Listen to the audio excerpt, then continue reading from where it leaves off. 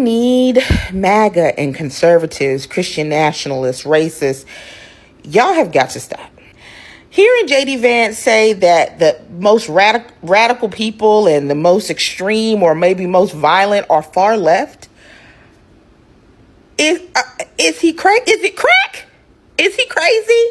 Like, why you just gonna just up and lie? Just up and lie. It has always been far right. It has always been racists. It has always been people that looked at others and judged them, didn't like them because of their skin color, didn't like them because of who they love, didn't like them because of who they believe in, their religious beliefs.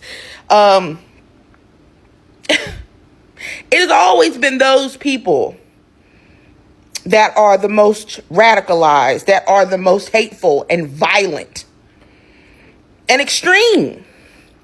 Like, the fact that we have so many domestic terrorists who unfortunately tend to look white, to be white, and tend to be men, but yet domestic terrorists is barely used. When school shootings and things like that happen, where majority of those people who do school shootings, they are white men and boys, you don't really hear domestic terrorism, because at some point the media and these racist politicians try to lessen the blow of it. Like, when are y'all just gonna face the facts? Hey, and I know it ain't all white people, but I need y'all to like ingest it. Y'all are a violent people. Historically, you've been violent. I know y'all trying to erase slavery and the bad things about slavery and making it seem like it was a choice. The things that your ancestors or many white people's ancestors did to black people's ancestors, atrocious. Your ancestors, I believe, are burning in hell. Got to be. From taking our teeth and using it basically as you all's dentures, taking our skin and using it as leather for your furniture, taking our hair and using it to stuff pillows and things of that nature. Bruh, please, enough already. And again, I understand all white people and all your ancestors were not evil, horrible people. But damn it, the lack of accountability is just getting to the point where it's beyond. The fact that y'all are allowing folks to try to rewrite history, like y'all are, and by y'all I mean racists, Christian nationalists, MAGA. Y'all are some of the most hypocritical people I have ever heard in my life. And it's a shame. And I'm sick of it. I'm sick of hearing about all these lies. I'm sick of y'all making all these racist laws and executive orders. The Supreme Court, like I just can't even. the things that they are passing, like it's okay to like racially profile people. I mean, we're locking people up in Alligator, Alcatraz, and I'm literally sick of it. This country, it's make America great. This country is on that bullshit. Make America great again. Just say, make America a racist state again. Make America have slaves again. Make America subpar. Make America hateful again. Because ain't nothing great about what's going on here. And then the part that is kind of like, I don't understand why y'all don't understand it, is the racists are still like, yes, get the black people, get the brown people, get the gays, the trans, the women. And you feel like as a racist person, specifically probably a white person, that you're immune to this. They're gonna come after you too, because when all of us are gone, they're coming after the poor people, the poor whites. You're not gonna be immune. You are literally setting up your own demise. Sure, we as a black person, as a woman, all that, we gonna get screwed first. Certainly.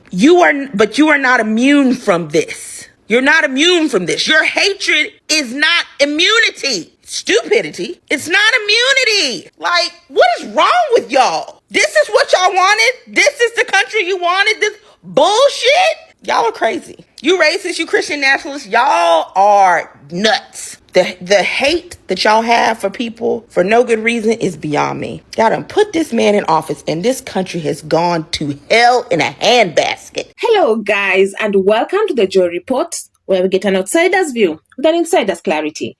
A black woman went viral recently after she spoke out, raw, emotional, and fed up, telling white Americans that they need to start calling out their own, not quietly, not behind closed doors, loudly, publicly, because the silence has gone on for too long, and it's starting to sound like complicity. And she's right. Before we proceed, all credit goes to the creator of this video. What she said wasn't about hate, it wasn't about blame, it was about accountability. Something America has dodged for generations. She called out the hypocrisy of those who preach morality while turning a blind eye to racism, violence, and historical lies. She pointed to the double standard that defines America's national identity, how white anger is labeled patriotism, but black frustration is seen as radical.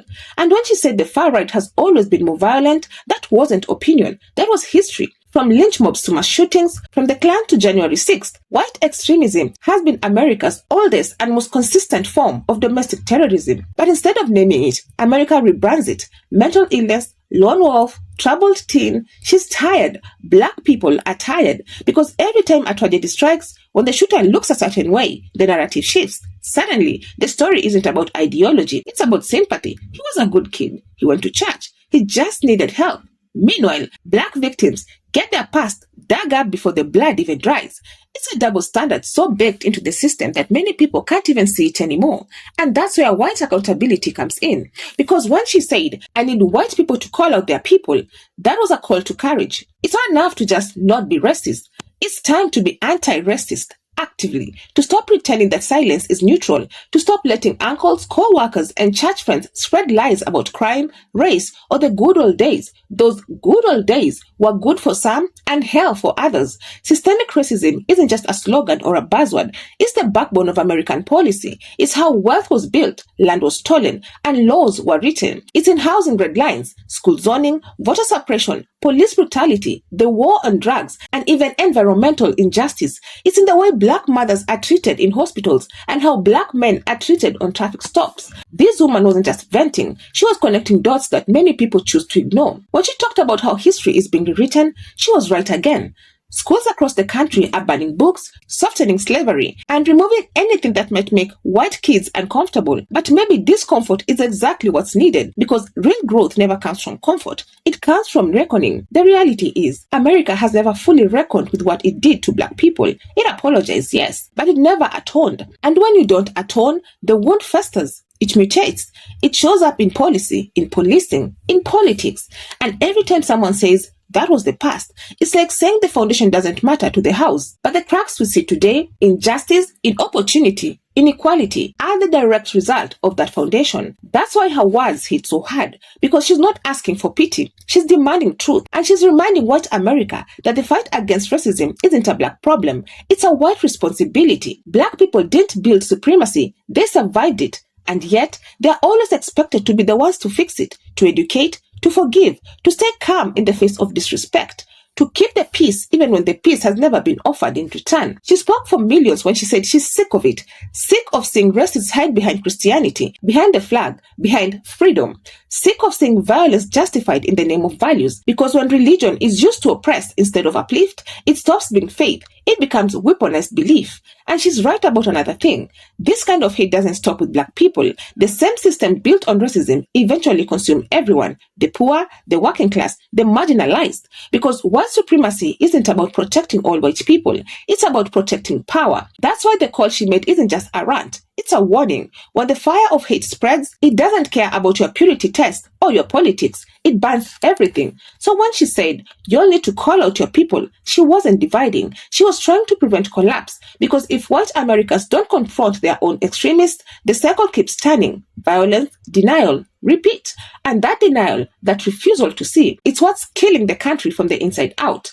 It's time to stop pretending that racism only exists in the fringes. It's in policies, in pulpits, in police stations, in school boards. It's in the silence of good people who don't want to make things awkward at dinner. That's what she meant when she said she's sick of the lies. And she's not wrong for being angry. Anger is what truth sounds like when it's being ignored too long. So maybe it's time America listens, not to defend, not to debate, but to finally understand. Because until white people start holding white people accountable in their families, their churches, their governments, the burden will always fall on those who've carried it the longest. And black people are tired of carrying it alone. So what do you all think? Do you think white Americans are doing enough to call out racism within their own communities? And do you believe America has ever truly reckoned with its racial past? Or are they still avoiding it? Let me know your thoughts down in the comment section. I would love to keep this discussion going. Otherwise, that's it from me. I also have another video specifically tailored for you. And if you enjoy such kind of content, please click up here and enjoy. Also, consider subscribing, liking and sharing because it helps me grow my channel and helps YouTube recommend this video to a wider audience. Lastly, kindly consider joining my channel and I would really appreciate it. But for now, thank you so much for watching. And until the next time, the Joy Reports out.